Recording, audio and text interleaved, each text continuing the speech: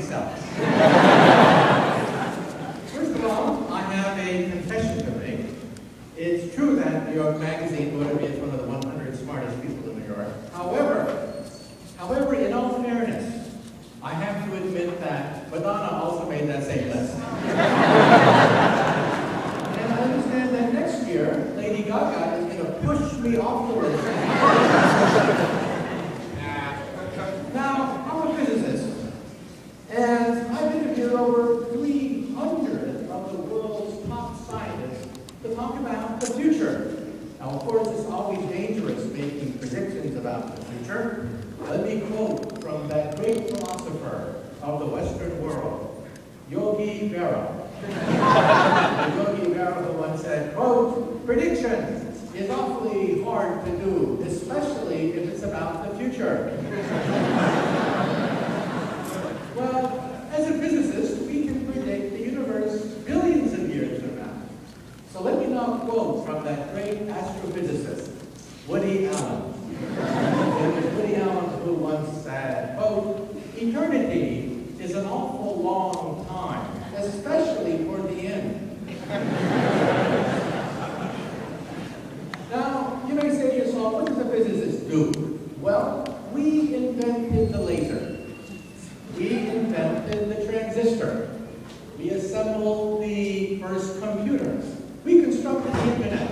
We wrote the World Wide Web. And along the way, we discovered television, radio. We created the space program, the GPS satellites. And we love to make predictions. When we assembled the internet, one physicist predicted that the internet would become a forum of high culture, high art, and high society. Well, today we know that 5% of the internet is pornography. But that's because teenage boys log on to the internet. Just wait until the grandmas and grandpas log on to the internet, then 50% of the internet will be pornography.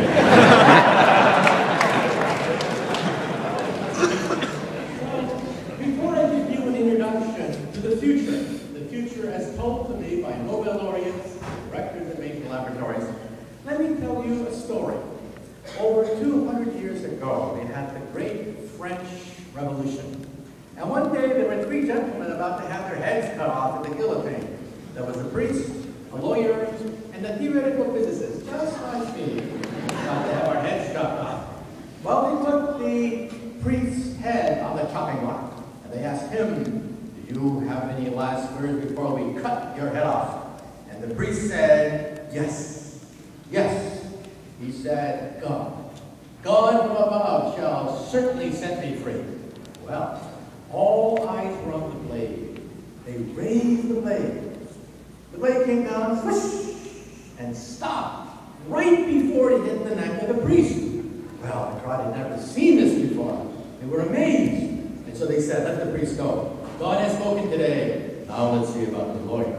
The lawyer. But the lawyer's head of the chopping block. And they asked him, "Do you have any last words?" And the lawyer said, "Yes. Maybe the spirit of justice. Justice shall set me free." Well, all eyes were on the blade.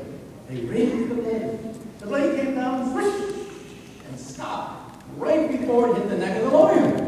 Well, this time the crowd went crazy, dancing in the streets of Paris. People were saying that today God has spoken. Today justice and mercy have spoken. And now let's see about that theoretical physicist. Well, they put the physicist's head on the chopping block. And they asked him, "Do you have any last words?" And he said, yeah, I got some last words. And he said, "You know, I don't know too much about God. And I know even less about the law. But I do know one thing. If you look up, you'll see that the rope is stuck on the pulley."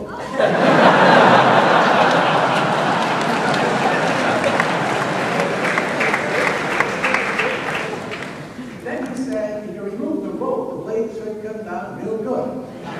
Big mistake. Big mistake. The moral of the story is, sometimes we physicists have to know when to keep our mouths shut. Nonetheless, Today, I will give you a guided tour of the future. The future as